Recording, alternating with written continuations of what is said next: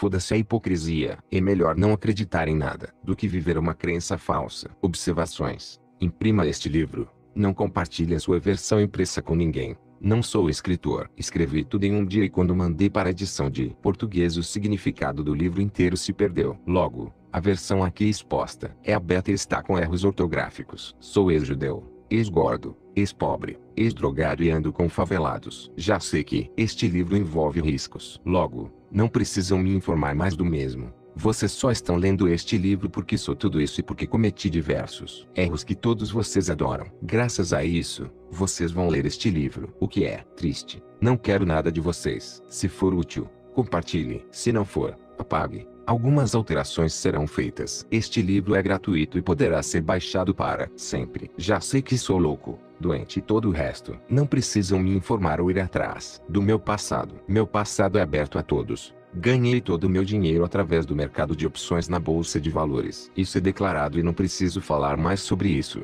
O livro começa bem direto e termina confuso. Isso foi planejado. Tenho uma mensagem a passar e não está escrita de maneira literal. Sumário. Introdução. Capítulo 1. Como mudar sua vida agora. Capítulo 2. Hora da ação. Ainda não. Capítulo 3. Começa o jogo. Capítulo 4. Saiba, você não é livre. Capítulo 5. Saiba, você não será profeta na própria terra. Capítulo 6. Saiba, não existe Deus em igrejas, cultos ou seitas. Capítulo 7. Saiba, o fruto da dúvida é a dúvida. Capítulo 8. Tudo que você fala é uma oração. Capítulo 9. Você vive o que tem medo. Capítulo 10. Saiba, se você tem medo você não é cristão. Capítulo 11. Entendendo a quem você serve.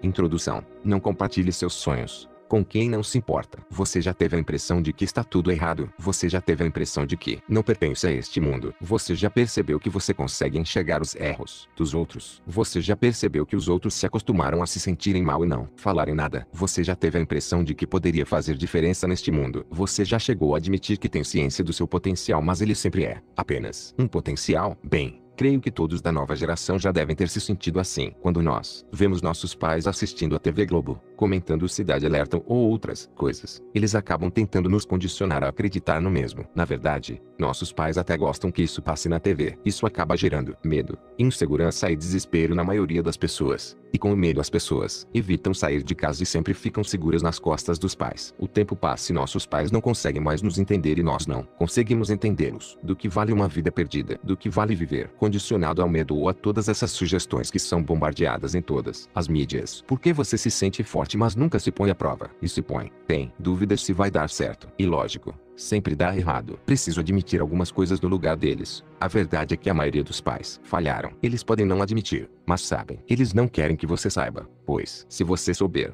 talvez você não se sinta mais seguro em casa. Se você souber, talvez você não os respeite mais. Se você souber, você tentará fazer diferente. Se você souber, será perigoso. A verdade é que eles não erraram por culpa deles também. Aprendemos na vida que eles acreditaram e seguiram os pais deles. Mesmo aqueles que se comportaram como revoltados sempre responderam às atitudes dos próprios pais para tomarem algum tipo de atitude. Alguns acreditaram que se estudassem, trabalhassem e servissem a esse sistema, teriam uma vida segura e estável. Outros acreditaram que simplesmente a revolta burra e desunida seria seu voto de protesto contra o que acontece no mundo. Não importa. Seus pais responderam ao ambiente em que viveram. Admita, a batata está assando há muito tempo. A maioria não sabe o que fazer, mas sabe que não aguenta mais desperdiçar a vida e perceber que não produziu nada até então. Semelhante às árvores, percebemos que algo borbulha dentro de nós. Semelhante às árvores, há uma necessidade de produzir algo, mesmo que seja uma mensagem de paz e desistência. Antigamente, não havia internet. A informação era mais escassa e quando não era totalmente controlada pela grande mídia. Hoje, nós sortudos, temos acesso a ferramentas que nos permitem usar toda a imaginação na hora de consumir algum conteúdo. Alguns escolhem procurar respostas, outros procuram matar o tempo com algo idiota, outros procuram se masturbar e assim por diante. Não importa. O que importa é que a internet descentralizou as fontes de informações e agora todos podem escolher onde buscá-la. Voltando aos pais, muitos deles foram motivados pelo medo de decidir todas as outras ações que tomariam na vida. Eles falharam,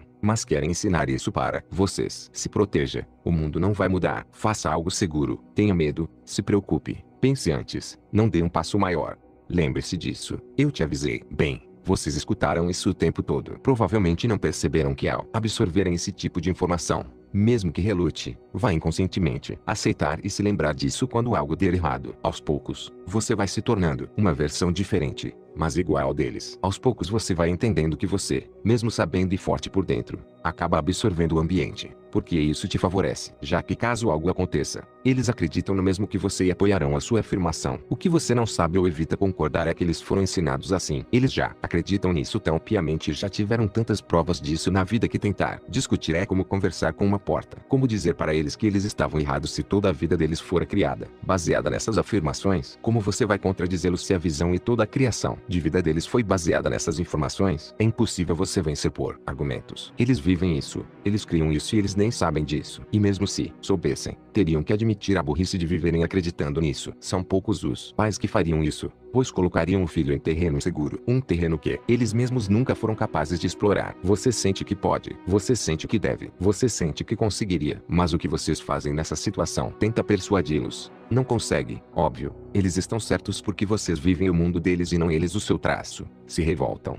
entram no quarto, abrem o Facebook, escrevem alguma merda enquanto fuçam a vida dos outros e acreditam que todos têm uma vida diferente da sua. A sociedade brasileira é uma coisa engraçada, mas relaxa, não é só no Brasil. Não é mesmo. Mesmo se as pessoas estiverem muito zoadas, fodidas e pobres de espírito, elas dirão que estão bem. Se fosse verdade, tudo bem, mas na realidade elas somatizam uma grande quantidade de doenças, transtornos e fobias. Elas estão irracionais, mas se dizem racionais. Elas estão mal, mas se dizem bem. Todos já estão acostumados com máscaras. Todos já aceitaram a ideia de que ser falso é a melhor escolha neste planeta. Afinal, quem é que é sincero? Alguns homens, muito sinceros, foram assassinados, sumiram repentinamente, suicidaram-se ou simplesmente foram colocados em uma cruz. Mesmo assim, o nome dessas pessoas nunca some. Por que será? Não importa. Fingir estar bem evita que você sinta pena ou descubra quais sementes eles plantaram na vida e tem vergonha de admitir. Muitas vezes, as pessoas mais sofridas são as mais sinceras. Porém, elas não sofrem em espírito, sofrem em matéria. Às vezes, pessoas muito boas não se adequam ao sistema passam fome. Às vezes, você foi o presente que o universo ou Deus deu a essa pessoa para que seja feita justiça. Mas talvez você já tenha se perdido neste mundo, ou ainda está procurando seu lugar. Talvez. Vemos por toda parte pessoas dizendo, pense positivo. Aprendi e isso vem de um livro de autoajuda. Mal sabem que mesmo se plantarem milhares de sementes positivas em um solo morto e sem nutrientes, nada nascerá. Mal sabem o que é positivo ou negativo. Mal sabem de porra nenhuma, mas elas estão prontas para ensiná-los. Alguns chamam isso de esperança. Alguns mais sinceros e instruídos já observaram que o nome disso é ignorância. Infelizmente, não posso citar todas as variáveis e resultados possíveis no universo para que você seja o que diz ser. Mas posso dizer uma coisa. Existe uma regra. Existe uma lei. Existe uma equação básica. Mesmo que não enxerguemos todas as variáveis, assim como não enxergamos o ar ou um sinal sem fio. Existem N variáveis possíveis, mas sempre que combinadas, formam uma equação perfeita. E até agora, você foi responsivo a essa equação. A equação de responder ao ambiente e à vida dos seus antepassados. No momento, é isso que vos escrevo. Agora, quero ensinar a vocês a minha maneira de pensar. Todos querem saber e não aguento mais de agonia de soltar logo. Como eu raciocino a minha vida, a minha equação e a minha certeza de que tudo o que eu acredito pode estar mais certo do que o que você acredita. Este livro, creio eu, foi feito com base no livro mais antigo que eu já li. A importância de você acreditar nele ou não cabe a mim inferir. Quero que vocês entendam e aceitem que nada é por acaso e não é possível que você não tenha notado que após a morte dessa pessoa o mundo se dividiu entre antes dele e depois dele. Você aceitar ou não, isso não importa. Basta que você veja o calendário. Todos já aceitaram que o ano atual é 2016 após ele. Não quero discutir se a data está certa ou errada. O que importa é que é, e que isso não é por acaso. É pelo mesmo motivo que a sua vida atual é a sua vida atual. É por mérito e culpa dele.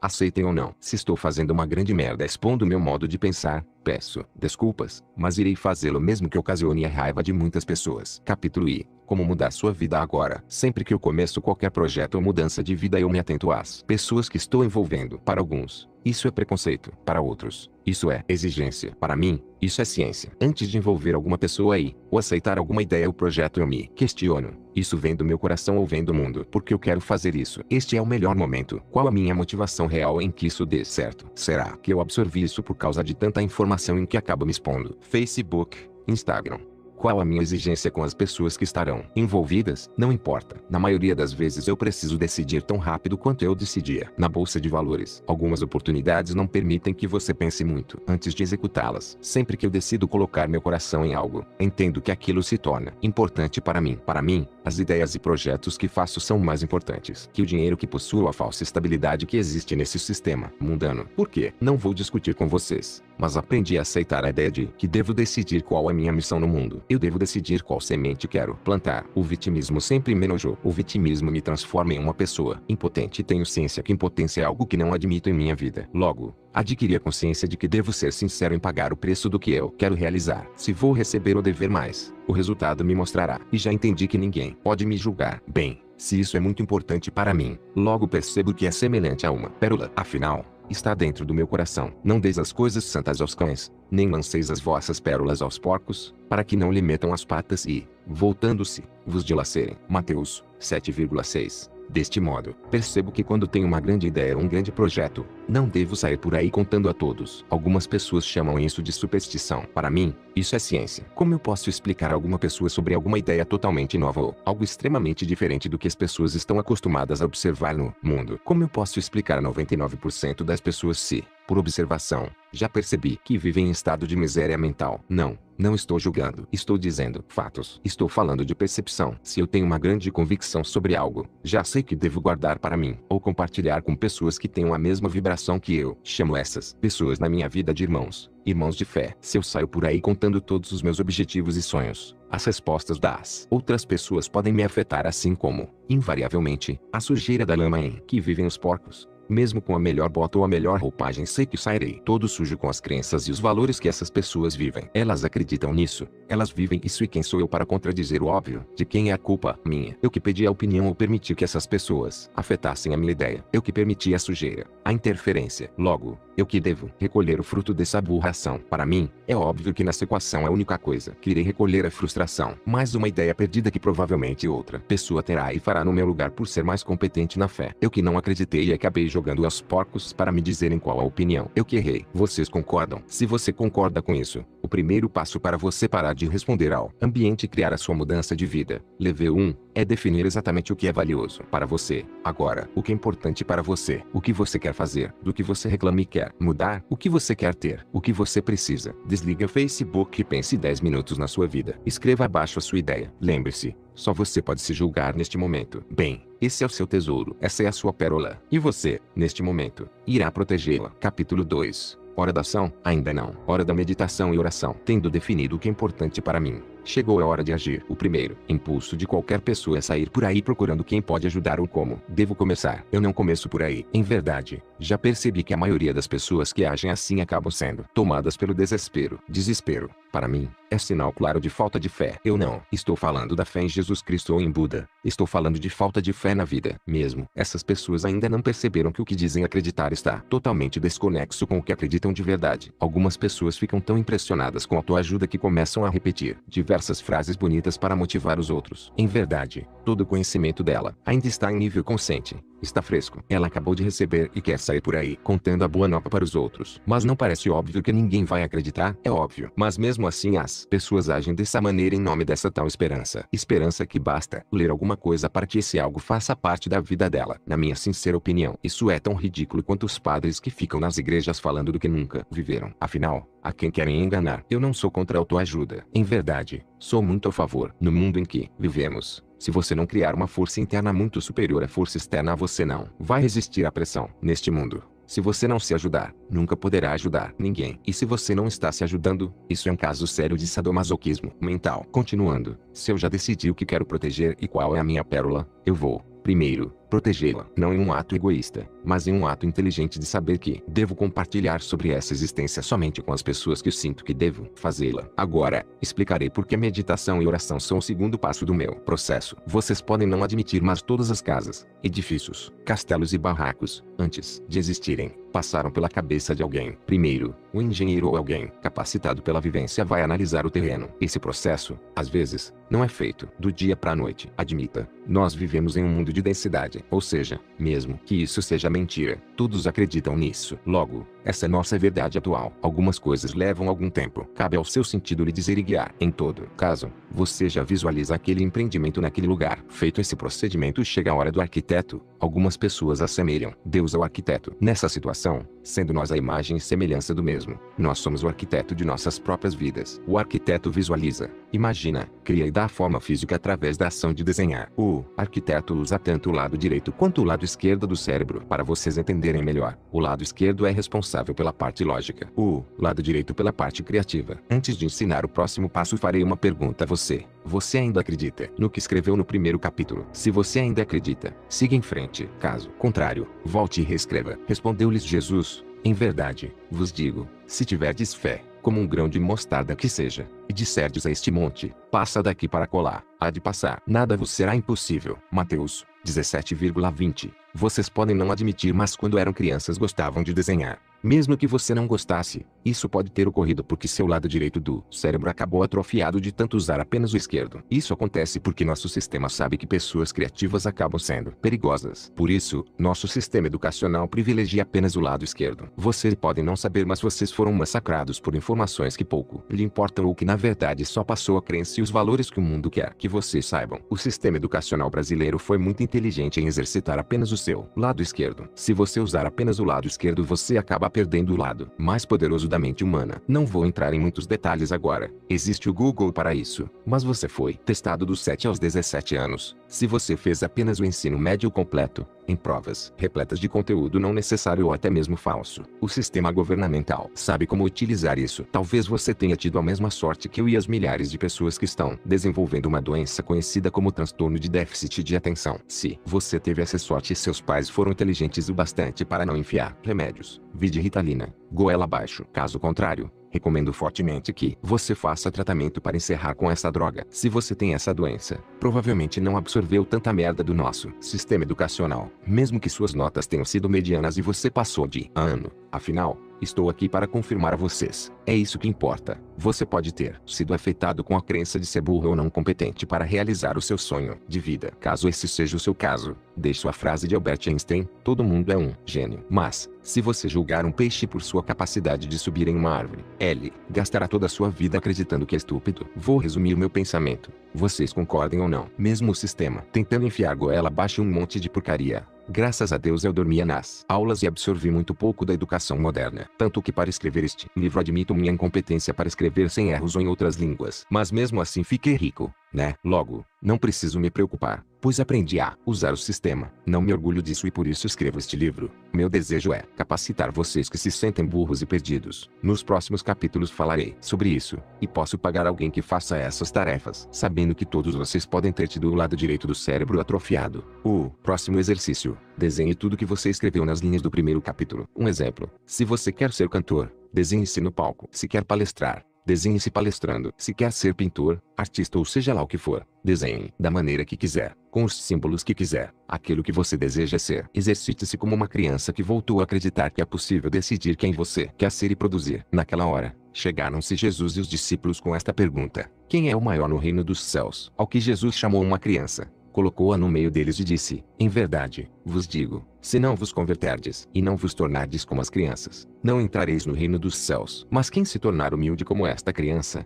este é o maior no reino dos céus. Mateus 18,1-4. Capítulo 3. Começa o jogo. Atração vem em mim. Checklist. Sei, sinto e posso. Decisão, sentimento e portas abertas. É hora do show. Calma, eu preciso ser sincero com vocês. Ainda não compreendi todo o processo de atração. Se tivesse compreendido, seria muito mais do que sou. Estou falando isso na opinião de vocês, claro, pois a maioria só está lendo este livro porque fiquei rico, bonito, transei com meio mundo e todos esses outros valores. Em verdade, sei que fiz tudo isso para que vocês me ouvissem, e admito que já estou pagando o preço dessa experiência. Retornando, esses são os valores que uma sociedade baseada em aprovação social e ver para crer carrega para ir atrás de informação. Em verdade, todas essas coisas as que virão nos capítulos a seguir eu já sei desde 2007 quando comecei o processo. Quem acreditaria? Eu sabia. As pessoas iam querer ver para saber, né? Espera, não estou falando do dinheiro. Preciso admitir que fiz o processo meio errado. Não vou citar isso agora, mas mesmo assim, deu certo porque cheguei no meu objetivo.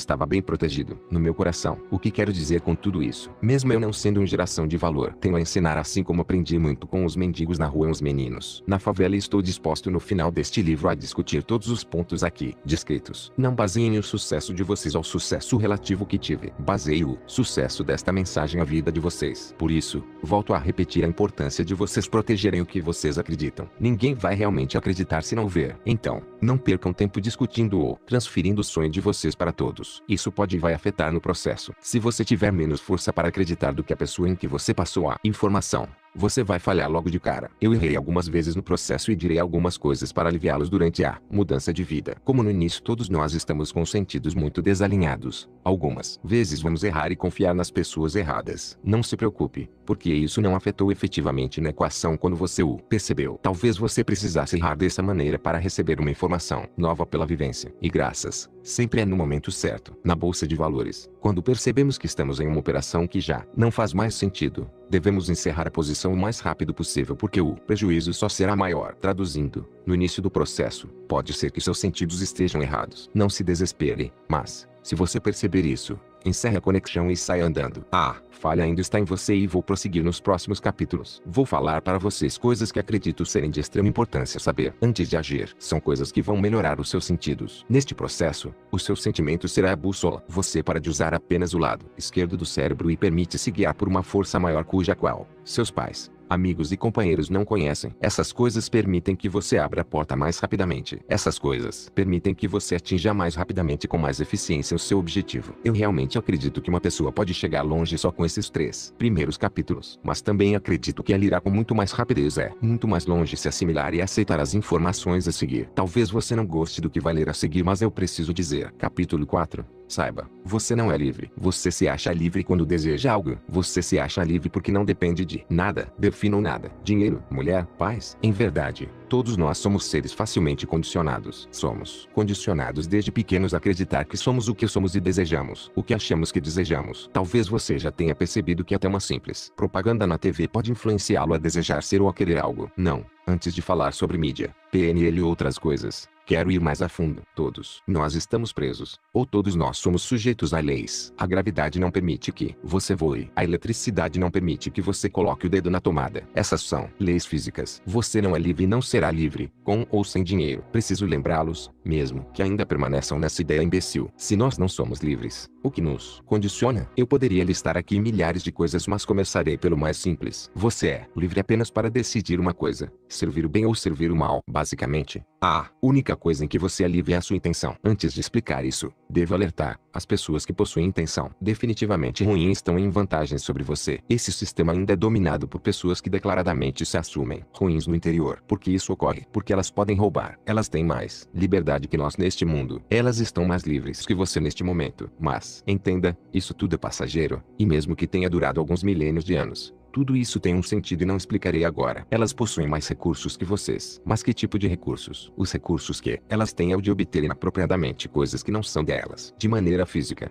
elas parecem ter coisas que não possuem. Elas parecem ser boas e recebem aplausos de toda a sociedade. Esse tipo de recurso é temporário e se baseia na ideia de que até essas pessoas estão sendo permitidas neste mundo para que elas aprendam com os próprios erros. Estou falando de pessoas ruins mesmo. Existem várias que ainda não pagaram o preço, e não cabe a nós cobrar. Por quê? Não quero falar muito desse assunto agora, mas essas pessoas também são como nós. Quem nunca traiu, quem nunca mentiu, quem nunca errou, o universo até hoje permitiu a nossa medíocre existência mesmo com todos esses erros. Todos nós recebemos e pagamos em conjunto também. Esperem, não estou falando que vocês são impotentes para mudar isso. Não, vocês são potentes e não são tão afetados quanto aqueles que declaradamente em seu interior assumiram serem ruins. Assim como as rádios funcionam em diferentes estações, vocês funcionam em diferentes vibrações. 1000 cairão ao teu lado, e 10.000 à tua direita, mas não chegará a ti. Salmos 91,7. Talvez você não tenha entendido. Falo isso apenas para que você saiba que essas pessoas podem enganá-lo. E quem pode enganá-lo? Aqueles que você permite idolatra. Só essas. Não. As pessoas que primeiramente podem colocá-lo num ciclo indefinido de prisão não visível são as que você mesmo julga. E quem são essas pessoas? As pessoas com que você mais conviveu durante a sua infância. Seus pais. Você pode não ter percebido, mas você julgou os seus pais em alguns momentos da sua vida e talvez carregue isso até hoje. Você não percebe, mas isso te condiciona a querer provar e mostrar algo para eles. Você não percebe, mas isso vai condicionar a sua carreira,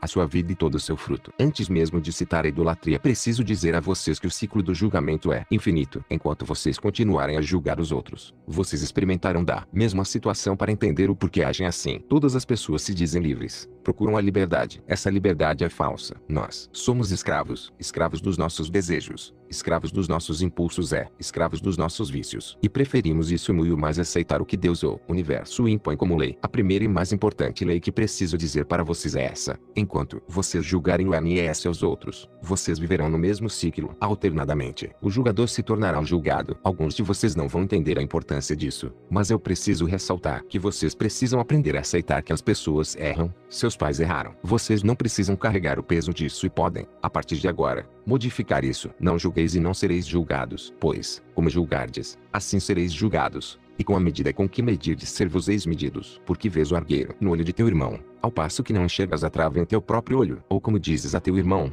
deixa-me tirar-te do olho argueiro, quando tens uma trave em teu próprio olho. Hipócrita, tira primeiro a trave do teu olho, depois verás nitidamente como tirar o argueiro do olho do teu irmão. Mateus 7,15. Entendam, talvez você não tenha sido criado por seus pais, mas as pessoas que você julgou acabam te colocando em um ciclo. É uma prisão julgar os outros e nós mesmos acabamos pagando o preço. Para isso, o próximo exercício consiste em você escrever o nome das pessoas que você mais julgou e, se possível, mandar uma mensagem, mesmo que mental, de perdão e entendimento. Após esse exercício, que deve ser feito de todo o coração, confira se o objetivo inicial, descrito nos primeiro e segundo capítulos, permanecem. Às vezes, você acreditava que queria algo, mas você realmente não queria. E o simples fato de perdoar os seus agressores pode ter mudado todo o rumo da sua vida. Caso isso não tenha mudado, prossiga ao próximo capítulo. Capítulo V. Saiba, você não será profeta na própria terra. Muitos me perguntam o que aconteceu com aqueles que foram criados ou viveram comigo na infância. A resposta é: nada. Eles em si não acreditam na mesma coisa que eu só porque consegui mudar efetivamente toda a minha vida. Meus pais observaram que talvez eu esteja certo,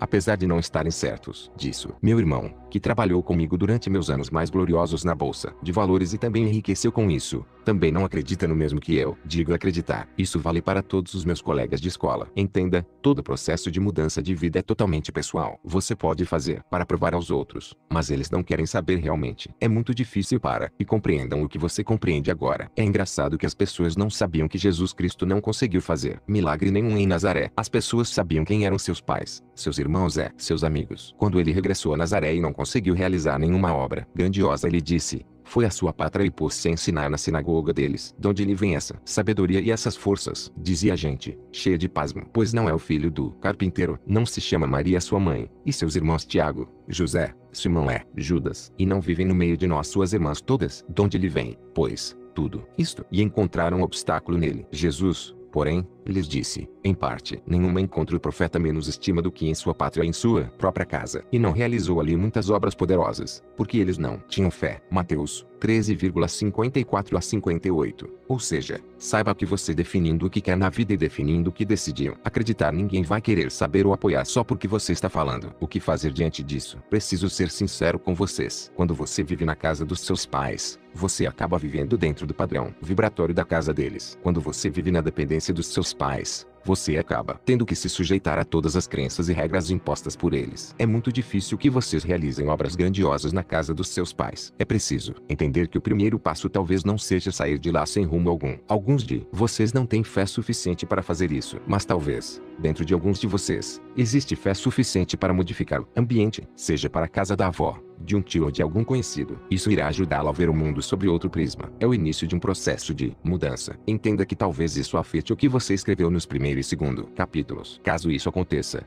reescreva. Pessoal, entendam, vocês não devem odiar seus pais, mas podem odiar o que eles acreditam. E até devem. O que eles acreditam os levaram para onde estão hoje. Seu papel sempre será esse: honrar pai e mãe. Entenda dessa maneira. Você não poderá honrar pai e mãe se ficar no quarto, acessando o Facebook e escrevendo merda o dia todo. Você não poderá honrar pai e mãe se não conseguir provar para eles que você está certo. Mas, talvez, se você admitir sua força interna e corajosamente decidir mostrar a eles através da sua obra, ótimo. Isso é um objetivo pessoal. É bem aceitável. Não negarei a vocês Nesse sentido, creio que estou efetivamente modificando as crenças dos meus pais. Por mais que eles não aceitem tudo que eu acredite, as minhas obras já mostram para eles que talvez Deus ou o universo exista. Digo isso porque fui criado em um lar ateu, de origem judia, com muitas drogas e problemas envolvidos. Admito que eles não acreditem tanto quanto eu admito que talvez eles não acreditem o quanto eu desejaria que acreditassem. Mas eu os honrei muito mais fora do que dentro da casa deles. Devo admitir que no início foi difícil explicar a minha decisão, mas creio que hoje eles entendem e me glorificam por isso. Mal sabem, deviam glorificar a outro que foi quem me ensinou tudo isso. Mas vamos prosseguir sem religião. Vou explicar o porquê. O próximo exercício é facultativo apenas às pessoas que querem mudar de ambiente. Escreva onde você imagina que pode morar e desenhe no quadro abaixo. Capítulo V. Saiba, não existe Deus, e igrejas, cultos ou seitas. Deus está morto.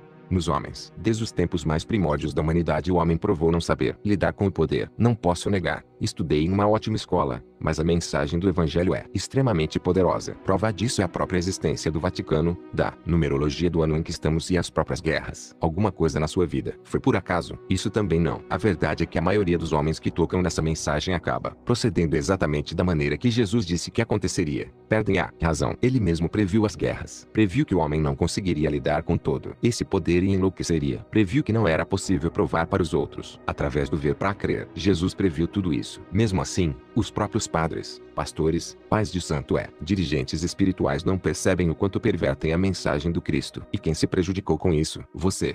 E eles. Como você foi prejudicado? 1. Você percebeu que não existe diferença entre a hipocrisia interna da sua instituição e de fora. 2. Você acreditou que Jesus era um cara extremamente passivo, sem personalidade e fraco. 3. Você acreditou que ele passava uma mensagem impossível e cheia de fantasias. 4. Você acreditou que ele é uma piada. 5. Você acreditou que ele não faz diferença nenhuma. Basta ver quem diz segui-lo. 6. Você acreditou que ele era maluco. 7. Você acreditou que ele era representado pela igreja ou centros religiosos. Eu posso citar N crenças que você pode ter formado sobre a pessoa e vida de Jesus. Porque seus representantes na terra não passam de falsos profetas, hipócritas sem caráter. E como eles se prejudicam com a própria vida. São existências cheias de doenças, perversões mentais e dúvidas. São ridículos. São existências medíocres que se baseiam em uma repetição literal, porém não vivida do Evangelho. Eu não quero citar muito sobre isso, mas quero deixar apenas o alerta. Quem acredita que ir à igreja, consultar espírito ou colocar oferenda na encruzilhada e falar que isso é em nome de Jesus está extremamente enganado. O único remédio, ler o Evangelho. Neste caso, volto a recomendar o meu livro de bolso,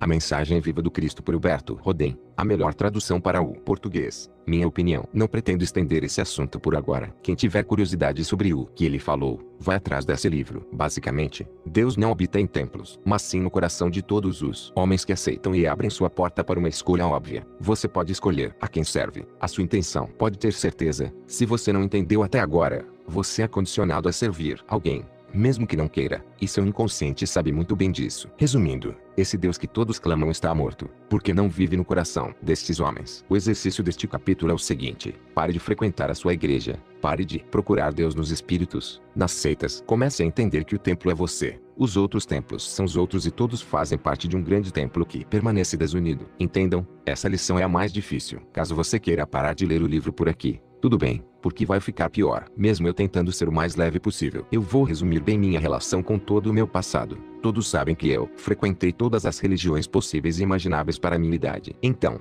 da mesma maneira que eu consegui que todas essas influências fossem pra puta que o pariu, você também pode. Espíritos bons não estão na vibração do planeta Terra, muito menos na vibração de pessoas extremamente pervertidas e perdidas. Compreenda quem consiga compreender. Capítulo 7. Saiba, o fruto da dúvida é a dúvida, e os relacionamentos de hoje vão fracassar. Muitas pessoas dizem acreditar no poder da mente. Muitas pessoas dizem que seguem um tal Jesus. Muitas pessoas dizem que são boas. Muitas pessoas dizem, mas cometem sempre o mesmo erro. Se você parar para pensar, parece óbvio. Se você possui dúvida dentro de você, você não está controlando o seu cérebro de maneira eficiente. Como acontece? Você tem medo, não quer pagar o preço de acreditar em algo vive em constante estado de estagnação. Nesse sentido, mesmo uma pessoa ruim pode aprender mais rápido que uma pessoa que acredita ser boa. Talvez por isso Jesus disse isso. Qual a vossa opinião? Um homem tinha 2 filhos. Foi ter com o primeiro e lhe disse: meu filho, vai hoje trabalhar na vinha. Sim, senhor, respondeu ele. Mas não foi. Então foi ter com o outro e falou-lhe do mesmo modo. Não quero,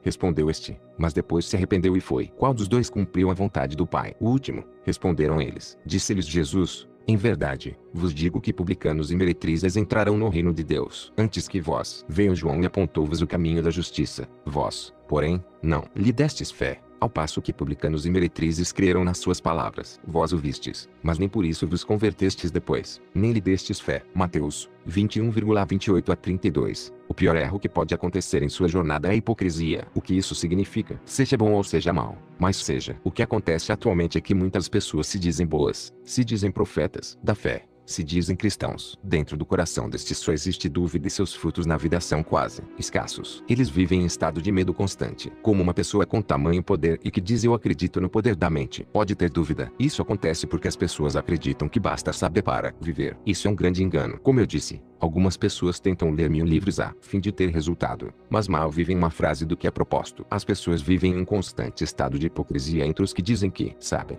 os que dizem acreditar e os que realmente vivem. Se você quer mudar a sua vida, você precisa entender isso. Não importa qual caminho você decida ir, apenas decida. O que você tiver que aprender com isso, você mesmo vai aprender. Não adianta sonhar grande se suas crenças e valores com relação à vida são extremamente baixos. Isso acontece porque a maioria de vocês acabou absorvendo, por pura aceitação, a crença de todas as pessoas à sua volta. Seja os pais, seja a escola, seja a TV Globo. Todos vocês criaram representações mentais do que é e o que não é. Seu cérebro só diz sim para tudo isso. Entendam, vocês precisam parar de usar o Facebook e o Instagram se quiserem mudar de vida. Em algum momento vocês precisam revisar tudo o que carregam para dentro de si. E o momento é agora. A dúvida funciona da seguinte maneira. Você não sabe o que escolher e fica querendo escolher o que é melhor, sem renunciar o que uma decisão acarreta. Você quer testar antes. Os relacionamentos atuais são isso. Você testa a pessoa. Você não sabe se ficará com ela. Você absorveu o que ocorre nas novelas da Globo. Pura putaria em forma de liberdade. A verdade é que vocês, para piorar, em maioria, foram traumatizados durante a infância pelo comportamento dos pais. Então funciona mais ou menos assim. Você decide testar se a pessoa funciona em nenhuma das duas partes existe decisão. Vocês esgotam todo tipo de tentativa, porque a dúvida gera mais dúvida e, logo, ambos criam a dúvida de um no outro. Talvez vocês não tenham entendido. Vocês projetam os seus medos através da dúvida sobre o outro. E quando não dá certo, os dois acabam se culpando pelo erro. Mal sabem que quem causou o erro no homem foi a mulher. E quem causou o erro na mulher foi o homem. É difícil compreender esse ciclo. Vou tentar exemplificar mais um pouco. Na época dos nossos pais, ou avós, eles não tiveram, na maioria dos casos, oportunidade de escolha sobre com quem ficariam. Mas eles aceitavam o que a família mandava. O que acontece então? Você acabava se casando na maioria das vezes com uma pessoa que não queria. Nesse caso, olhar para o lado sempre foi um pecado comum. Desde os tempos passados, quando uma pessoa casa com outra e não aceita ou tem dúvidas com relação a isso, ambas caem. Por não haver união declaradamente mental e espiritual, o elo dos dois acaba destruindo toda a relação. Isso ocorre desde os tempos mais antigos e nós somos a geração da revolta. Nossos pais ficam nos aconselhando a testar a pessoa antes de casar. Mas na verdade, isso pouco importa. O simples fato de haver dúvida entre os dois já matará qualquer tipo de possibilidade de união feliz. Nesse sentido, Jesus foi bem claro em como se separar também não muda nada. As pessoas se separam mas vivem o mesmo ciclo com as outras pessoas, sempre pautado na dúvida se a pessoa não vai cometer aquilo que elas mesmas carregam de medo. E o que acontece? O seu medo acaba, como em uma corrente única, fazendo que você aja de maneira inconsciente para que a pessoa cometa exatamente aquilo que você temia. Creio que não conseguirei explicar isso em um livro, mas deixo esse recado e essas duas parábolas com relação ao relacionamento entre homem e mulher. Então se aproximaram dele uns fariseus a fim de o porem à prova, perguntando: é permitido ao homem repudiar sua mulher por qualquer motivo? Respondeu-lhes Jesus: não tendes lido que o Criador, a princípio, fez os homens como varão e mulher, e disse: por isso deixará o homem pai e mãe para aderir à sua mulher, e serão os dois uma só carne? Portanto, já não são dois, mas uma só carne. Ora, o que Deus uniu, não separe um homem. Objetaram eles: por que, pois, mandou Moisés dar carta de divórcio e repudiar a mulher? Respondeu-lhes Jesus: por causa da dureza dos vossos corações, é que Moisés vos permitiu repudiar vossas mulheres. Mas de princípio não foi assim. Eu, porém, vos declaro: quem repudiar sua mulher e casar com outra, comete adultério. Mateus 19,3-9. A verdade é que as pessoas não entendem o que é adultério. Adultério é o que todos nós cometemos todos os dias. Inclusive eu. Cometemos adultério quando transamos com uma pessoa por um simples momento. Cometemos adultério quando olhamos para mulheres na rua. Cometemos adultério e cobiça quando desejamos a mulher do próximo em nosso coração. Qual o preço do adultério? Porque é um pecado. Bem, O único problema do adúltero é que ele paga na mesma moeda. E ainda tem gente que reclama de ter sido corno, sendo que também corneava, seja em coração ou em ação. Todos nós somos adúlteros. Sabendo disso, Jesus foi bem claro sobre a sua opinião com relação ao casamento de adúlteros. Disseram-lhe então os discípulos: se tal é a condição do homem e da mulher, é melhor não casar. Tornou-lhes Jesus: nem todos compreendem isso, senão somente aqueles a quem foi dado. Há quem deixe de casar porque por natureza é incapaz. Há quem deixe de casar porque os homens o puseram nesse estado. E há quem deixe de casar porque ele mesmo se incapacitou por amor ao reino dos céus. Quem pode compreendê-lo, compreendam. Mateus 19,10 a 12. Obviamente, se ambos somos adúlteros não podemos cobrar fidelidade. Obviamente, se ambos somos adúlteros, o que mudará se nos separarmos? A esperança volta novamente em forma de ignorância. As pessoas justificam os seus atos na esperança de que algo seja diferente se fazem o mesmo ou mudam o que julgam da situação. E depois dizem: eu acredito no poder da mente. Burros. Uma geração baseada no ciclo natural e condicionado de um planeta que não se perdoa e cuja qual cada geração tenta testar o que não deu certo na anterior, mudando apenas a forma externa e não interna de pensar. Esse é o poder da hereditariedade. Continuar tentando e julgando baseado em milhares de livros que falam, mas não dizem nada. As pessoas continuam tentando buscar a verdade em vários lugares, mas não conseguem enxergar o óbvio. Neste caso, recomendo novamente a leitura do meu livro de bolso, A Mensagem Viva do Cristo, por Huberto Ruden. E também este exercício: escreva o nome das pessoas na qual você se relacionou. Escreva ao lado o erro que você cometeu e o que você temia que acontecesse na relação. Aconteceu? Parabéns. A culpa é sua, e dela. Perdoe se possível. Não sendo possível, guarde o perdão no seu coração. Capítulo 8. Tudo o que você fala é uma oração. O que você reza não. É muito comum você ver pessoas rezando frases feitas e coisas bem desconexas. Elas não riem, elas querem ser levadas a sério. Quando terminam a oração voltam a ser o que realmente são. E essa é a verdadeira oração. Qualquer criança comum saberia perceber quando essa pessoa está mentindo ou falando a verdade. A verdade é que toda oração feita de coração é uma oração real. E a oração real é o que você fala quando não presta atenção. Isso que está no seu coração é isso que você recebe de verdade. O resto, pura merda de pessoas que estão desesperadas e cegas. Mal conseguem perceber que estão tentando enganar a Deus. E essa é a pior escolha que alguém pode fazer. Como alguém pode tentar enganar a Deus? Universo, bem, elas tentam, e também querem ensiná-lo a fazê-lo. Não é difícil imaginar que sempre foi assim. Seus pais não são os culpados. Eles aprenderam com os pais deles, que aprenderam dos pais deles e assim por diante. É a geração do planeta Terra, um tentando enganar o outro, há milhares de anos. Para entender como esse problema se estende há vários anos, Jesus disse isso. Então chamou a seu povo e lhe disse: escutai e compreendei bem. O que entra pela boca não torna o homem impuro, mas o que sai da boca, isso é que torna o homem impuro. Mateus 15,10 a 11. Antigamente as pessoas acreditavam que o que fazia a pessoa impura era o que entrava por fora dela e não o que saia de dentro dela. E o que sai de dentro das pessoas senão as palavras que proferimos e as ações que realizamos. Bem, parece óbvio. As pessoas não podiam admitir isso porque, se admitissem, todos teriam que admitir o óbvio. Estamos todos impuros. Basta ver a nossa comunicação. Eu mesmo posso dizer que estou cheio de impureza. Eu sei que pagarei o preço disso. Em verdade, já sei que estou pagando. Eu aceito. E você deveria aceitar também se quer mudar a sua vida. Lutar contra isso é uma grande idiotice, só te divide dentro de si mesmo. Te deixa maluco, coisa que você já deve ter percebido que está. Quanto à oração, Jesus também disse isso. E quando orardes, não procedais como os hipócritas, que gostam de se exibir nas sinagogas e nas esquinas das ruas, orando a fim de serem vistos pela gente. Em verdade, vos digo que já receberam a sua recompensa. Tu, porém, quando orares, entra no teu aposento, feche a porta e ora ao teu pai às ocultas, e teu pai, que vê o que é oculto, te há de recompensar. Nem faleis muito quando orais, como fazem os que cuidam ser atendidos por causa do muito palavreado. Não os imiteis, porque vosso pai sabe o que é vez mister, antes mesmo de lhe pedirdes. Assim é que é vez de orar: Pai nosso que estás nos céus, santificado seja o teu nome, venha o teu reino, seja feita a tua vontade, assim na terra como no céu. O pão nosso de cada dia nos dá hoje. Perdoa-nos as nossas dívidas, assim como nós perdoamos aos nossos devedores. E não nos deixeis cair em tentação, mas livra-nos do mal, porque teu é o reino, e o poder, e a glória, para sempre. Amém. Porque, se perdoardes aos homens as faltas deles, também vosso Pai Celeste vos perdoará as vossas faltas. Se, porém, não perdoardes aos homens, tampouco vosso Pai vos perdoará as vossas faltas. Mateus 6,14 a 15. Essa oração ensinada por Jesus foi muito clara. Se nós não perdoarmos as faltas que os outros cometem conosco,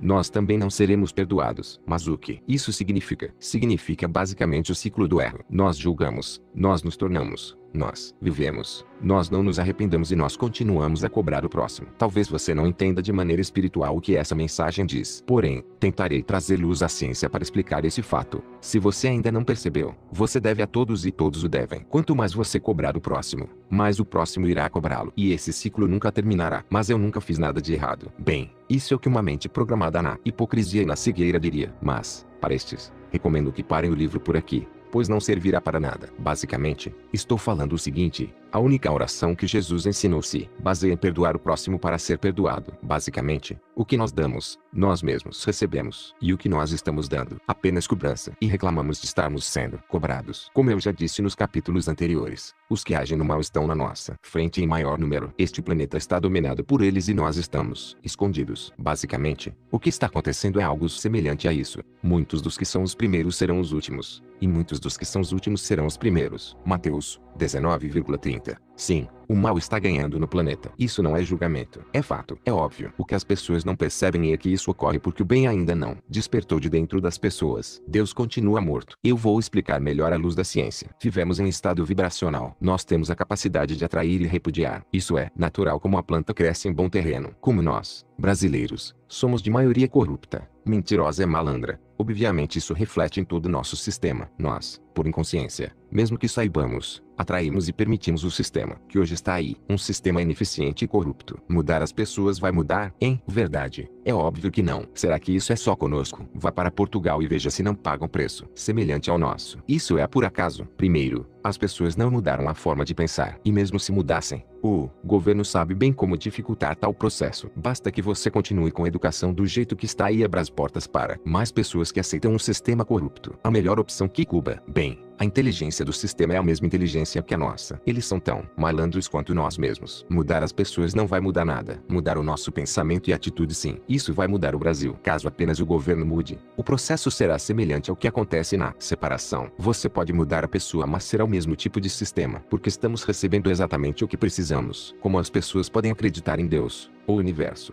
e não aceitarem a ideia de que tudo o que acontece é justo e bom para nós mesmos. Esse governo é a melhor coisa que poderia acontecer na nossa vida. Graças a esses imbecis é que podemos ver o quanto somos imbecis. Estamos tentando enganar a Deus. São tão malandros quanto a maioria neste país. E o que somos nós se não frutos desse sistema desunido e hipócrita chamado Brasil? Falando nisso, o Brasil é o país mais hipócrita do mundo. Eu acho incrível como 90% da população se diz cristã, mas a verdade é que a grande maioria nem sabe o que foi dito por Jesus ou cometem todos os erros que por ele foi revelado. Oxalá meu Pai.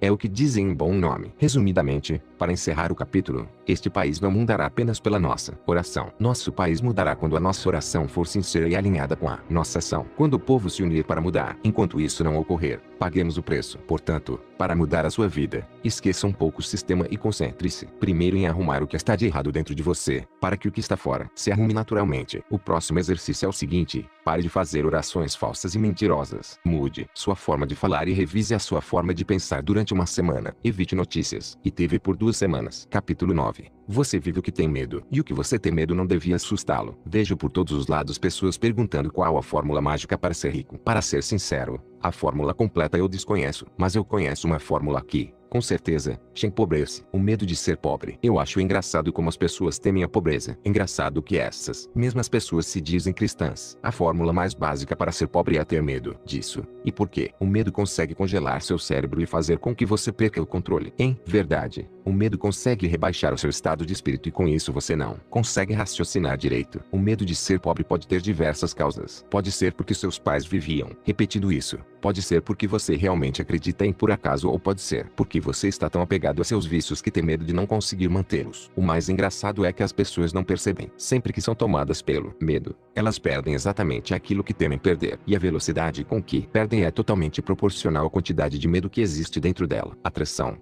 Quanto mais medo, mais rápido fica. Vendo por esse lado é engraçado ver as pessoas comentando quanto tem medo de perder a namorada, perder o dinheiro ou perder qualquer outra coisa. Engraçado é que muitas pessoas perceberam isso mas não sabem o que fazer. O que a maioria das pessoas fazem nesse caso é recorrer a vídeos no YouTube. Coisas como recuperar seu relacionamento, como manter sua namorada, como ganhar dinheiro, como ser rico ou matar o tempo no Facebook. Cegos guiando outros cegos existem há mais de 2016 anos. Conforme o tempo passa o medo toma controle total sobre a pessoa e o único recurso disponível acaba sendo o remédio. E procuram na medicina tradicional a forma de remediar. O psiquiatra Nesse caso, é o recomendado para lidar com o desespero irracional por algo que você não sabe explicar ou não quer aceitar. O melhor jeito é se dopar mesmo. A verdade é que a nossa medicina só consegue diminuir os efeitos. Não acredito em nenhuma cura efetiva da medicina. Acredito na cura mental e interior. Se você duvida disso, estudem o efeito placebo. Em todo caso, não sou uma pessoa muito boa para falar sobre doenças físicas. Mesmo tendo sido atropelado diversas vezes, sequer quebrei um osso. Sei que tenho milhares de erros e que de alguma forma posso ser cobrado por isso. Porém,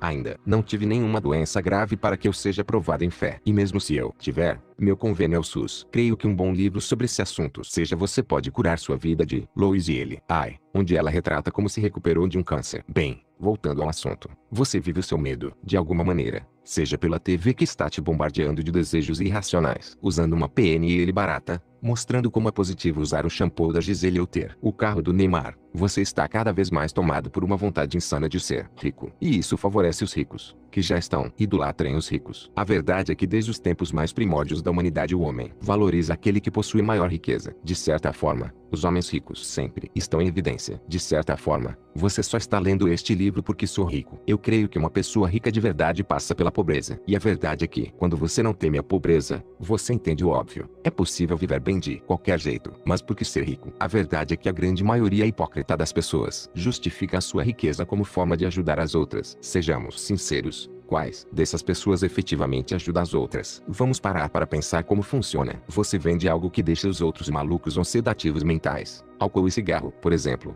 Ou talvez um hambúrguer cheio de toxinas. Você sabe que a maioria do mundo é porco. Então, logo, vai vender pra caralho. E mesmo se não forem porcos, estamos todos doentes nesse sistema. Aí você tem capital recém-liquidado de um banco e resolve investir no negócio. Obviamente, você recebe todo o fruto. Dinheiro traço. Exatamente o que você está procurando ao investir nisso. Porém, você deve ter cuidado. Porcos são burros, mas podem pensar um dia. Então, conforme o seu departamento de marketing diz, você deve mostrar para o povo que é uma boa pessoa. A ideia é a seguinte: criar um dia feliz ou fundação estudar. Quando você faz isso, você fala para os outros que é por uma boa causa, e todos o aplaudem. A nova geração borbulha para se apresentar na frente destes senhores do bem e da justiça social. Na verdade, o que está por trás de tudo isso é uma enorme máquina que engana os treinam para servi-los. O pensamento é o seguinte: sabemos que nós vendemos lixo para todos pela forma economicamente mais viável, seguindo a lei do dinheiro traço. Fazemos um dia em que recolhemos 0,27% do nosso faturamento anual bruto para doar para algum lugar. Relaxa, abate do imposto. Mas você não pode esquecer que para fazer isso, precisa estar bem anunciado em todos os meios de comunicação. Afinal, estamos fazendo isso para todos verem nossas boas obras. Os homens aplaudem e cada vez mais tentam seguir e idolatrar essas pessoas. Toda ganância e ignorância se reúne, semanalmente ou mensalmente, a fim de raciocinar como podem melhorar o mundo. Você perde a sua vida nisso. Uns perdem um ano, outros 10, alguns a vida toda. Quando você percebe que, na verdade, você deixou o arquiteto disso mais rico, que isso nada mais é que fruto da mente mais megalomaníaca e inteligente do recinto. Ele soube usar o sistema. Eu fodo, mas pago impostos, certo? Gero emprego, mas mato vocês e seus filhos. Você ignora isso e, talvez, a morte seja melhor que a vida para a maioria das pessoas hoje em dia. Na sociedade isso se chama sonho grande. E é justo que ele recebe o prêmio, visto que ele é mais consciente que vocês. A culpa é de vocês, que vivem com medo. Ele está recebendo o prêmio de usá-los da melhor maneira possível, e sem que vocês reclamem. É justo. Burros são vocês. Eu explicarei melhor. Em verdade, vocês são enganados o tempo todo para servir e aceitar esse sistema. O mundo todo é assim, não é? E se você não aceitar, pode passar fome. Não é? Vocês já criaram uma vida dependente disso. Vai correr o risco de sair. Risos. Quem tem coragem. E como vocês estão perdidos, porque sequer tiveram tempo para ler o Evangelho, mas tiveram muito tempo em vida para ficar no Facebook, acabam procurando as diversas fórmulas vendidas por marketing digital de como enriquecer rapidamente, enganando os outros da maneira mais imbecil possível. A verdade é que todo homem inteligente sabe que para ganhar dinheiro é muito fácil hoje em dia. O mundo está em crise e, na verdade, toda crise é uma oportunidade. E a oportunidade de hoje é vender fantasias pela internet. Você já percebeu como os EUA sempre ganham com as crises mundiais e com as guerras? Deixo isso para outra hora. A nova geração está conseguindo ser mais burra que todas as outras que já passaram no planeta Terra. E talvez a crise que virá será a maior possível. Mas entendam, estou falando isso apenas para que vocês saibam. Quem seguir a mensagem do Evangelho, tenho certeza, não será atingido. Afinal, Essa não é a minha promessa, é a de Jesus. Em todo caso, preciso continuar este capítulo com mais umas informações. Sabe quem sempre sofreu todas as grandes crises há mais de 2016 anos? A classe média. A explicação é simples. O pobre já está fodido mesmo e vive sempre em um sistema independente. Provavelmente, os mais pobres nunca pagaram água e nem luz, e não aceitam isso inteligentemente, porque sabem que é abusivo. Isso é direito humano. Deus nunca esqueceu os pobres no Brasil. Vou ser mais polêmico. No Brasil é permitido vender álcool e cigarro, mas é proibido vender maconha. Não falarei muito sobre isso pois não quero receber processos em vão. Todos sabem que a maconha e as outras drogas estão nas mãos do tráfico. E o tráfico é o que protege a favela de pagar contas abusivas ou sofrer abusos da polícia da sociedade. Sim, o tráfico faz mal para a favela. A TV passa isso o tempo todo assim. Como os EUA falam do terrorismo o tempo todo para conseguir implantar o seu novo sistema. Vamos falar do Brasil. É o tráfico que alimenta muitas das famílias que estão lá. Me pergunto, qual a diferença entre o Marcola, líder do PCC, e o Jorge Paulo Lemann, líder da Ambev? Se for parar para pensar, o Marcola já está pagando a pena dele. Já o Jorge Paulo Lemann está sendo ovacionado como grande homem na sociedade brasileira. Eu não quero estender esse assunto ao seu julgamento pessoal do que penso, mas, serei sincero, conheço muitas pessoas no tráfico que seguem o máximo possível do evangelho e se assumem erradas. Elas se arrependem todos os dias do que fazem. Creio que essas serão salvas. Minha opinião, não tomem como verdade. Já vi vários que aprenderam com a experiência e resolveram seguir outro caminho. Elas sempre souberam que estavam erradas, mas precisavam fazer aquilo. Não vou estender isso porque a maioria nunca entenderia. Deixe o Datena ficar falando que quer se matar aos poucos em troca de mais um Rolex e seus remédios psiquiátricos. Em todo caso, não falarei sobre isso. Mas para trabalhar na Ambev o que você tem que saber é o que é ensinado nas faculdades como ciência, como conhecimento. Para trabalhar em uma empresa, pouco importa o que você acredita. Na verdade, parece óbvio que a única coisa que importa é a sua ambição e a sua capacidade de lidar e aceitar isso. A verdade é que essas pessoas se dizem corretas, se dizem melhores, se orgulham do que são. Uau! Se elas souberem mentir ou modelar, melhor ainda, porque isso é essencial para vender algo que ninguém precisa. Precisamos criar a necessidade. Bem, a verdade é que não vejo muita diferença em quem feriu o mandamento não matarás e quem feriu não cobiçarás a mulher do próximo. Pela lei, os dois estão ferrados. A diferença está em você aprender com o erro. Algumas pessoas sabem que estão erradas e mudam. Outras passarão a vida toda achando que estão certas. Voltando à parábola do evangelho, pessoas que cometeram grandes erros acabaram se arrependendo, serão salvas. Pessoas que não percebem seus erros, ainda aprendem a viver com eles. Essas parecem que não têm muita salvação. Elas continuarão gritando o nome de Deus na igreja do pastor mais malandro que aparecer. A verdade é simples. Você é bombardeado de informações sobre os pobres e como eles são ruins. Aos ricos sobram os aplausos e talvez você seja um desses. Você quer saber o que o rico sabe, o que o pobre sabe? Bem, veja o que aconteceu com Jesus. Você vê todo dia no Datena as pessoas que sofrem por causa do tráfico. Mas você não vê todo dia na TV as pessoas que sofrem pelo sistema. Por quê? Porque o sistema é correto.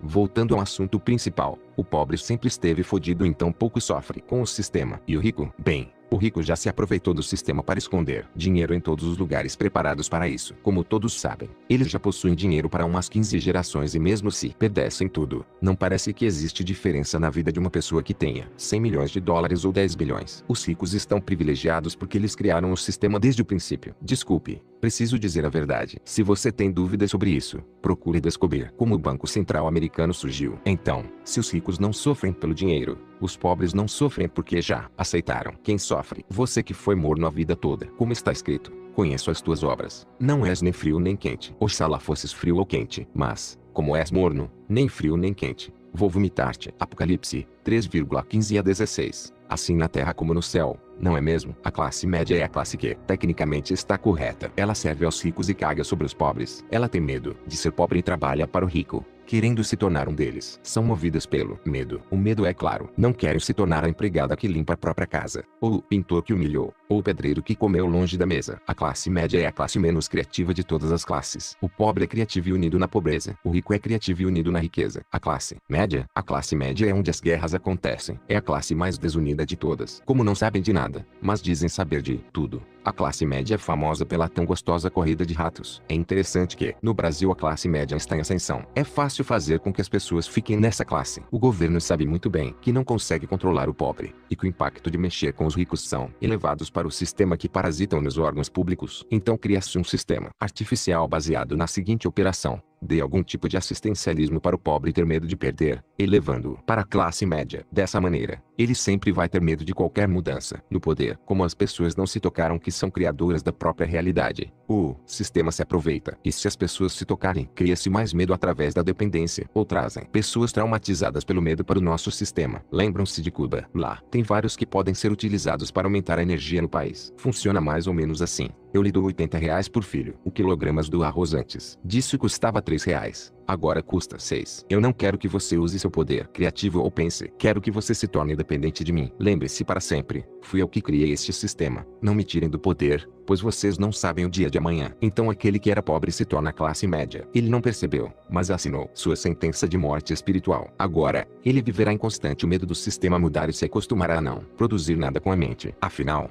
ontem eu era pobre. Agora o sistema está a me dar uma gota no deserto. Alegram-se nova classe média. Eles não entendem a troca burra que está acontecendo. Mas o rico não sente isso. O rico, ao perceber esse tipo de movimento no país, corre para a imobiliária, vende todos os seus imóveis, os aluga e vai viver em outro país. Afinal, é muito inteligente viver na Suíça, mas mais inteligente ainda é levar o capital do Brasil para lá. Quem se fode? A classe média. Eles vão ter um reajuste salarial baseado na taxa de juros do país, 15%, por exemplo, mas agora a inflação gerada é de 100%. Como as pessoas cada vez mais sofrem de problemas mentais, mesmo com a internet, as pessoas esquecem facilmente o preço das coisas. Você se lembra quanto era o quilogramas do patinho, carne, em 2014? Com certeza não. Para que ninguém perceba, mude o sistema de cálculo da inflação. A classe média sabe, mas o que ela vai fazer? A resposta é simples. Nada. Como a classe média é desunida, ela vive em constante neurose. Se eu faltar no meu emprego e fizer greve, outra pessoa vai tomar o meu lugar, vai fazer o meu trabalho e roubar o meu emprego. Se eu não fizer greve,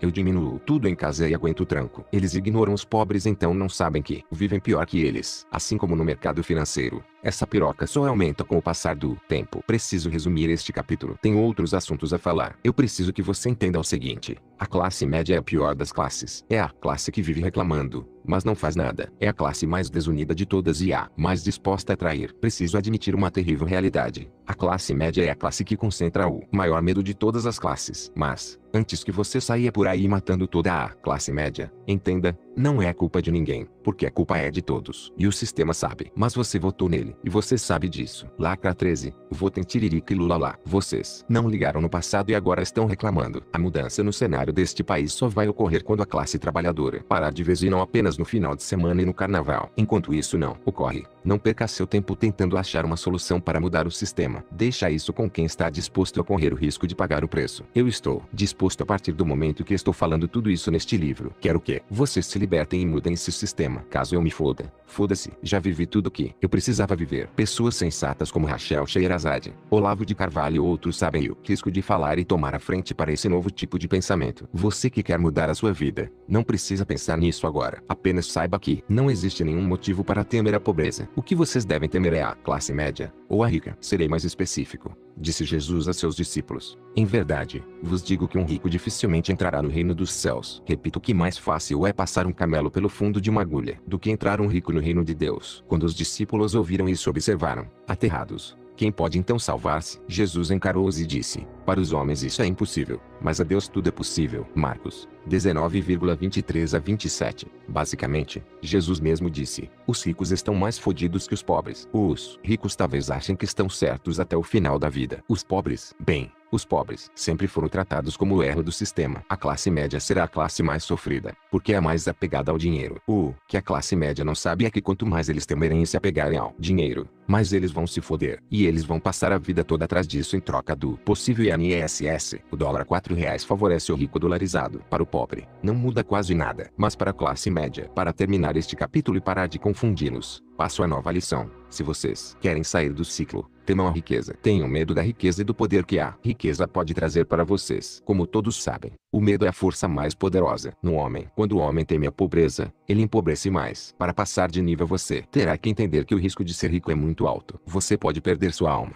vender a sua vida e ser possuído pelo que possui. Se você morrer pobre, nada de novo na sua vida. Provavelmente, você sempre foi. Capítulo X. Saiba, se você tem medo, você não é cristão, e você sabe disso. É engraçado, você sabe disso. Se você não sabe, começarei com uma passagem que exemplifica a ideia que quero passar. Por isso vos digo, não vos dê cuidados à vida, o que é vez de comer e o que é vez de beber, nem o vosso corpo, o que é vez de vestir. Não vale Porventura, mais a vida que o alimento, e o corpo mais que a vestimenta. Considerai as aves do céu, não semeiam, nem ceifam, nem recolhem em celeiros. Vosso Pai Celeste é que lhes dá de comer. Não sois vós, acaso, muito mais do que elas? Quem de vós pode, com todos os seus cuidados, prolongar a sua vida por um palmo sequer? E por que andais inquietos com que haveis de vestir? Considerai os lírios do campo, como crescem, não trabalham, nem fiam, e, no entanto, vos digo que nem Salomão em toda a sua glória se vestiu jamais como um deles. Se, pois, Deus veste assim a erva do campo, que hoje existe e amanhã é lançada ao forno, quanto mais a vós, homens de pouca fé. Não andeis, pois, inquietos, nem digais, que havemos de comer, que havemos de beber, com que nos havemos de vestir. Os mundanos é que se preocupam com todas essas coisas. Vosso Pai Celeste sabe que de tudo isso haveis mister. Buscai, pois, em primeiro lugar o reino de Deus e sua justiça, e todas essas coisas vos serão dadas de acréscimo. Não andeis, portanto, solícitos pelo dia de amanhã, o dia de amanhã cuidará de si mesmo, basta cada dia a sua lida. Mateus 6,25-34. A maior prova que você nunca foi cristão é que você sempre se preocupou com o dia de amanhã. Vamos lá, parece difícil vivenciar essa lição. Vocês querem ser ricos. Por quê? Provavelmente já perceberam que o caminho natural da classe média e da pobreza é querer alcançar a riqueza. Riqueza para vocês representa a liberdade. Quanto engano que o homem é livre por causa do dinheiro. Vocês acreditam que são livres em escolher o que escolhem, mas não são. Vocês já estão condicionados escravizados pelo sistema. Era óbvio que vocês queriam o que querem. O sistema sabe disso. Você nem percebe. A verdade é que o dinheiro mais aprisiona o homem ao sistema do que liberta. O homem mais livre de todos não é o mais rico. Foi o mais pobre. A maior prova que vocês nunca foram cristãos, e nunca terão 0,1% do poder de Cristo, é que vocês vivem preocupados. Eu não preciso falar muito sobre isso, mas vocês vivem para os seus vícios. Vocês vivem para sustentar os seus mais insanos desejos de perversão. Aceitem isso. A maioria de vocês quer isso, seja quente ou seja frio, mas seja. Eu não posso negar que através da aceitação total de quem você quer ser é que você se torna. Chegou a hora de tirar a máscara, pessoal. Se você quer ser rico a todo custo, vá, seja. Peça isso, você será. Se você quer permanecer pobre e não produzir nada, vá, seja. Você já é. Agora, se você quer se manter alienado em um mundo de Facebook e Instagram, seja. E não enche o saco dos outros com seus gritos desesperados. Todos estamos fodidos perante a lei. Porém, mesmo se por um estalo de consciência, pessoas ricas perceberem e decidirem mudar o rumo de suas vidas, através do arrependimento ao perceberem a origem de suas doenças mentais físicas, elas poderão ser salvas. Eu estou falando mais ou menos o seguinte: para ser cristão, primeiro você precisa parar de se preocupar. Ou seja, a lição deste pequeno capítulo é a seguinte: passe 2 semanas sem reclamar da vida. Se você conseguir fazer isso, vai se desbloquear ao capítulo seguinte. Capítulo 11. Entendendo a quem você serve. Começarei este capítulo recapitulando algumas informações. Você agora não tem medo de estar pobre. Você não se preocupa mais porque já aceitou o fato que ser pobre é melhor que ser rico. Logo, agora o que você teme é a riqueza. Mesmo assim, você quer isso, não é mesmo? Agora, vocês estão afinados para verificar se o que vocês escreveram nos primeiro e segundo capítulos faz sentido. Se não fizer, apague e reescreva. Agora você está consistentemente desbloqueado. Você quer passar por essa experiência. Lembre-se, eu não posso julgá-los. Caso você tenha percebido que não há mal algum na pobreza, mas é muito mal na riqueza deste mundo, então o próximo passo é extremamente poderoso. Se você entendeu que a sua mente tem poder criativo e que você desbloqueado pode se conectar a uma força que dará a você tudo o que pedir, basta apenas tempo para que isso ocorra. Explicarei melhor. Quando você pede, você automaticamente recebe a resposta dessa oração. Se a sua mente está desbloqueada, você vai receber ou captar a mensagem. Essa mensagem virá através dos seus próximos impulsos. É importante que você não os bloqueie ou os julgue. Lembre-se, tudo que vocês sabem está possivelmente errado, e se você chegou até aqui eu já consegui confundi-lo. Agora, você vai agir conforme seus impulsos, e a única coisa que você sabe é qual caminho decidiu seguir. Todas as pessoas que chegaram a algum lugar até agora acreditavam que esse lugar estava certo. Vocês foram enganados o tempo todo. Logo, seus sentidos foram todos confundidos. Vocês estavam pagando pelo erro dos seus próprios antepassados, mas à luz do conhecimento, vocês perdoaram todos que passaram em seu caminho. Agora, você tendo definido exatamente qual o seu desejo, a única coisa que você deve permanecer é fiel ao que escolheu. Lembre-se, esse processo é extremamente poderoso. Vocês podem escolher qualquer coisa pela qual tiverem fé. Pela lei, Deus dará tudo que vocês pedirem. É isso mesmo, tudo. Não é ele. Bom é justo. Pedi e dar-se-vos-á. Procurai e achareis. Batei e abrir-se-vos-á. Pois todo o que pede recebe. Quem procura acha, e a quem bate abrir-se-á. Haverá entre vós quem dê a seu filho uma pedra, quando lhe pede pão, ou quem lhe dê uma serpente, quando lhe pede peixe. Se, Pois, vós, que sois maus, sabeis dar coisas boas a vossos filhos. Quanto mais vosso Pai que está nos céus dará coisa boa àqueles que lhe pedirem. Tudo o que quereis que os homens vos façam, fazei-o também a eles, pois é nisso que consistem a lei e os profetas. Mateus 7,7 a 12. Porém, entendam, não é só Deus que pode dar as coisas que vocês pedem. Ambas as forças podem lhe dar o caminho. Eu não vou dizer ou julgar a força que você escolheu servir. Em todo caso, entendam, vocês estão recebendo. Tanto Deus quanto o diabo podem oferecer coisas. Agora, sejam justos consigo mesmos e analisem o seu sonho inicial do primeiro capítulo. Se você mesmo pudesse se julgar, diria que esse sonho é de Deus ou do diabo, do bem ou do mal. Entenda, não me leve a mal. Eu não estou aqui para julgá-lo, mas estou aqui apenas para informá-lo o que você já sabe. Você serve alguém algo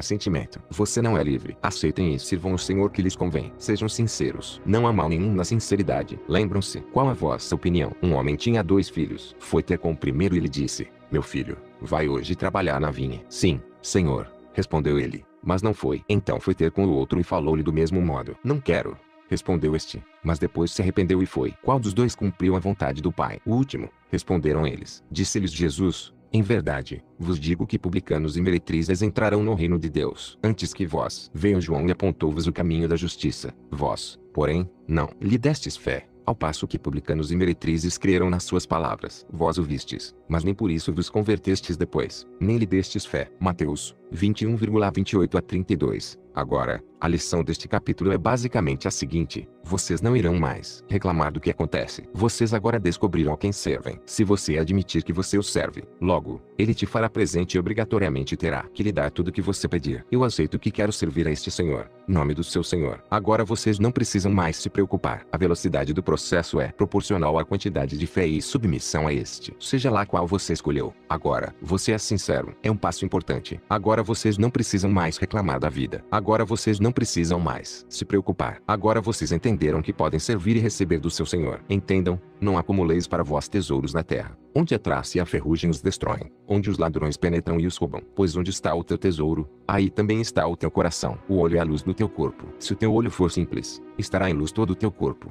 Se, porém, o teu olho ficar mau, estará em trevas todo o teu corpo. Ora, se a própria luz em ti se houver tornado em trevas, quão grandes serão essas trevas? Ninguém pode servir a 2 senhores. Ou odiará um e amará o outro, ou respeitará este e desprezará aquele. Não podeis servir a Deus e as riquezas. Mateus 6,19 a 24. Considerações finais. Este livro passa a primeira parte do que acredito ser essencial para uma pessoa realizar uma mudança definitiva de paradigmas e realidade. Lembre-se, a partir do momento em que a sua mente muda, o seu mundo muda. É nisso que consiste toda a crença atual através da lei da atração e todas as outras coisas. Queria ter falado sobre muitas outras coisas, porém sinto que não é o momento. Sei que podem haver pequenos erros porque digitei este livro todo em um mesmo momento sobre a influência de uma força que me impediu de parar. Minha última consideração no level 1 de mudança de vida é: observe as pessoas com quem você anda. Basicamente, também ditado por Jesus: diga-me com quem tu andas, que direi quem tu és. Pela física ou pela matemática, todos nós nos juntamos através de um processo de atração. Se você está andando com pessoas que te fazem mal ou são tóxicas, você mesmo está atraindo isso. Você mesmo está neste momento trazendo essas pessoas e permitindo que permaneçam em sua vida. Essas pessoas podem não ter percebido o mal que causam,